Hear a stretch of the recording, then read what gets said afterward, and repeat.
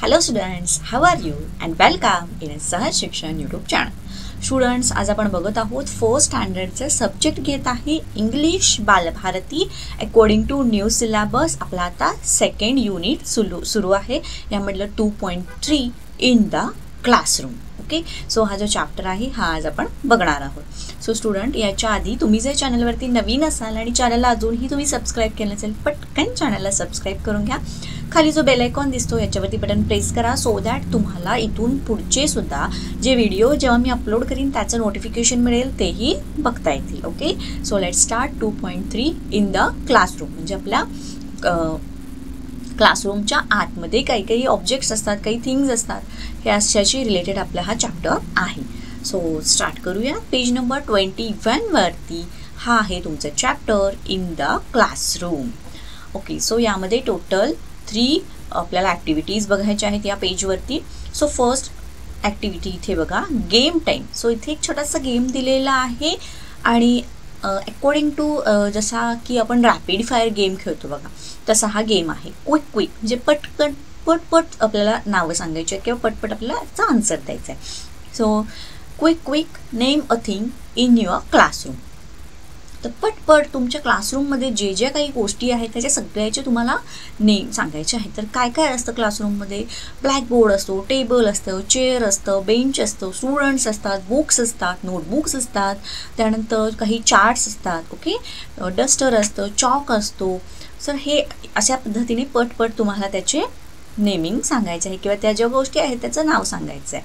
So हा झाला आपला फर्स्ट ॲक्टिव्हिटी. सेकंड ॲक्टिव्हिटी बघा काय आहे, लुक, लिसन अँड स्पीक.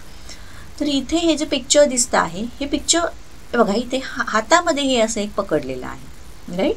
तर इथं काय दिलं आहे, Raj brings a book, show a picture of a classroom to his sister Neema and ask questions. तर हा छोटा जो आहे हा, याचं नाव आहे इथं राज कन्सिडर केलेलं आहे. तर राज हा एक बुक घेऊन येतो.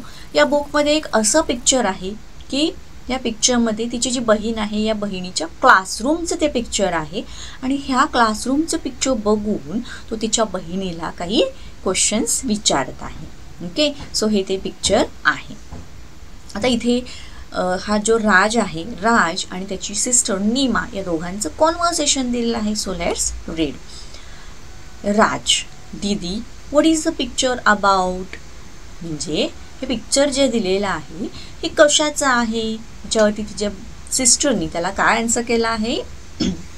Neema answered, this is the picture of a classroom. तर हे एका क्लासरूमचं पिक्चर आहे.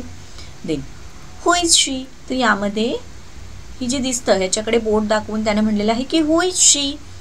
यावरती Neema answered, she is a teacher. तर ही कोण आहे? टीचर आहे. Raj, what is this? So इथे बघा, आता इथे दाखवलेलं आहे त्याने, what is this? So Neema answered, it is a chart showing flowers. तर वेगवेगळे फ्लावर्सचं इंट्रोडक्शनसाठी चार्ट बनवलेला आहे, तो आहे. Raj, what is this? तर इथे ब्लॅकबोर्डकडे बोर्ड करून तो म्हणतो व्हॉट इज दिस? तर हे काय आहे? तर त्यावरती Neema answered, this is a blackboard. Then Raj, दीदी, I want to go to school. तर मला सुद्धा शाळेत यायचं आहे, शाळेत जायचं आहे. यावरती त्याची सिस्टर त्याच्यावरती काय रिॲक्शन करते? Yes Raj, you will go to school next year. तर हो, तू नेक्स्ट इयरला स्कूलमध्ये ये. ओके, सर ही आपलं या ठिकाणी ह्या बहीण भावांचं ते कॉन्व्हर्सेशन आहे. नाव आपल्याला नेक्स्ट ॲक्टिव्हिटी दिलेली आहे, third activity, read and write. तर बघा, पिक्चर म्हणजे काय? तर एखादं फोटो किंवा चित्र. क्लासरूम म्हणजे काय? तर आपला वर्ग. टीचर म्हणजे शिक्षक. शोईंग म्हणजे काय? दाखवणे. फ्लावर्स म्हणजे फुले.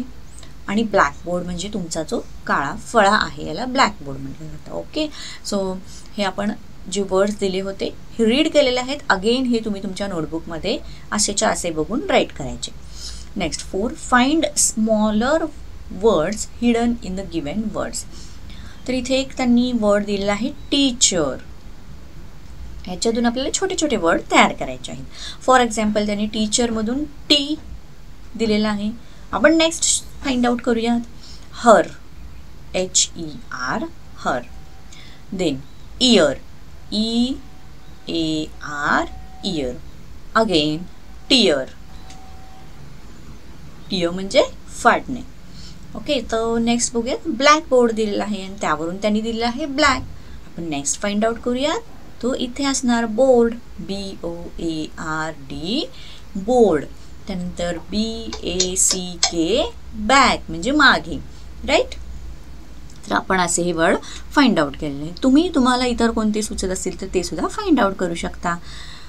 5th, filling the blanks using this or that. तर इथे आपल्याला दिस अँड दॅटची कॉन्सेप्ट शिकून घ्यायची आहे. तो स्टुडंट, तुम्हाला जर व्हिडिओ आवडत असेल तर व्हिडिओला पटकन लाईक करा. चॅनलवरती नवीन असाल चॅनलला सबस्क्राईब करा.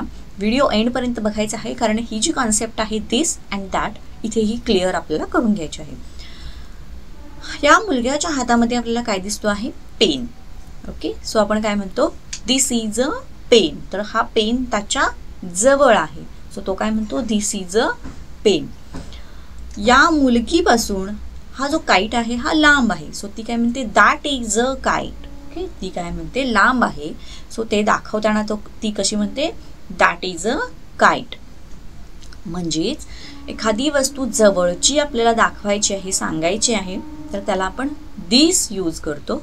आणि जर एखादी वस्तू लांबचा ऑब्जेक्ट आपल्याला दाखवायचं असेल तर त्याला आपण काय यूज करतो? दॅट यूज करतो.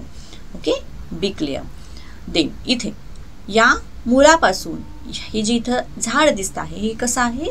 दूरवर आहे, लांब आहे. सो तो काय म्हणणार? That is a tree. जर हे झाड इथं याच्या जवळ असतं तर काय येणार? This is a tree.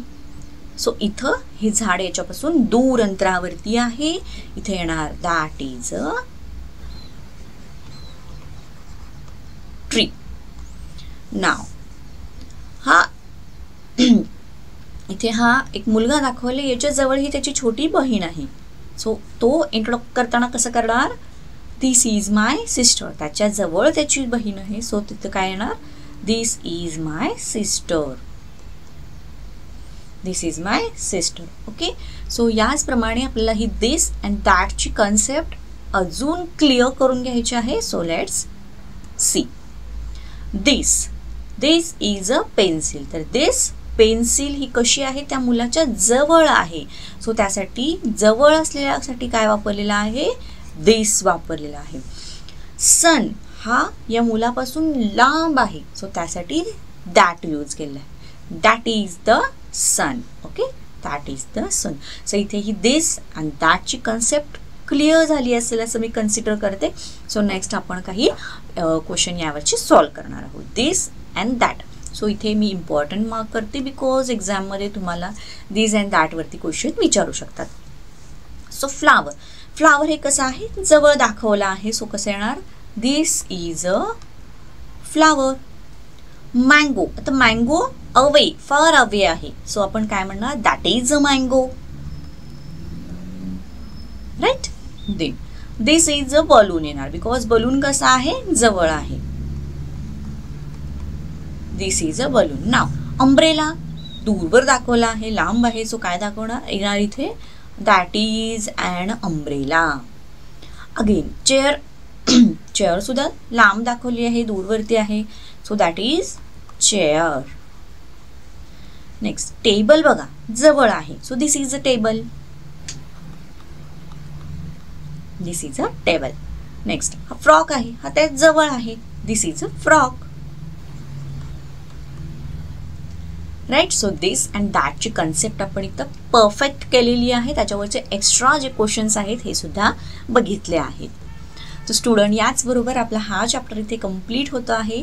तुम्हाला व्हिडिओ आवडला असेल तर व्हिडिओला पटकन लाईक करा. चॅनलवरती नवीन असाल चॅनलला सबस्क्राईब करा. थँक्यू. Bye bye.